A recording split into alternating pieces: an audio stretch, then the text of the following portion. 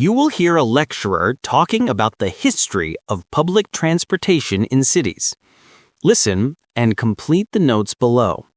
Write one word only for each answer.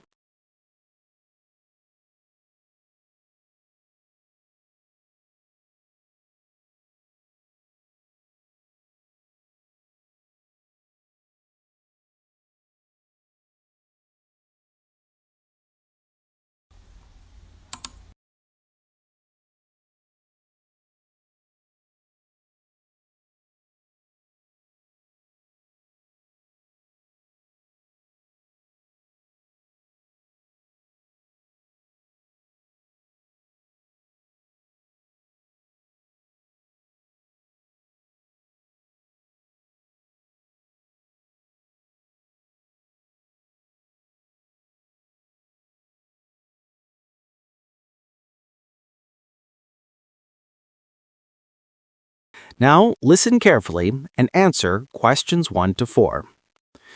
Good morning, everyone.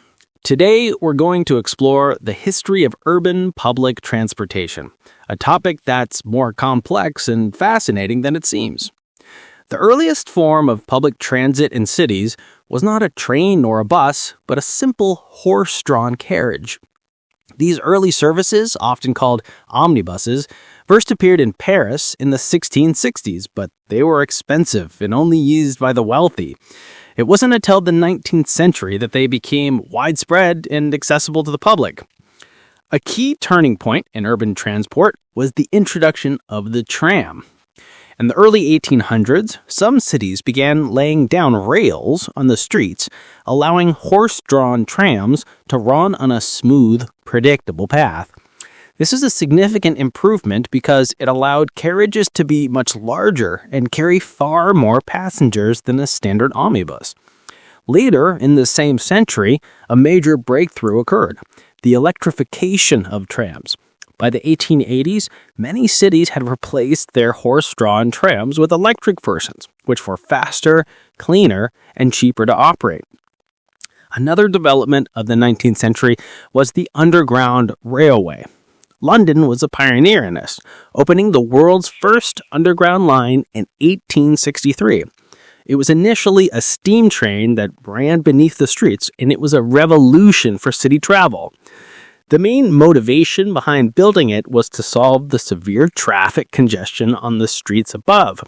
The first underground lines were extremely hot and smoky, but they provided a quick way to get across the city and were a huge success. The next step was electrifying these underground lines.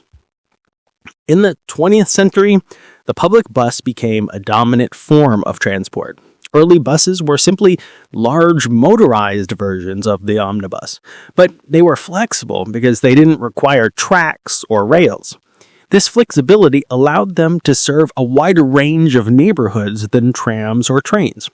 However, buses contributed to a new problem: air pollution. In recent years, many cities have tried to combat this by introducing new bus fleets that run on electricity or other cleaner fuels. Today, cities are trying to integrate different modes of transport to create a seamless network. The focus is on making it easier for people to combine a bus journey with a train or metro ride. There's also a growing emphasis on more sustainable options like bike lanes and pedestrian zones to encourage people to walk and cycle, reducing their reliance on cars. That is the end of Part 1. You now have 1 minute to check your answers to Part 1.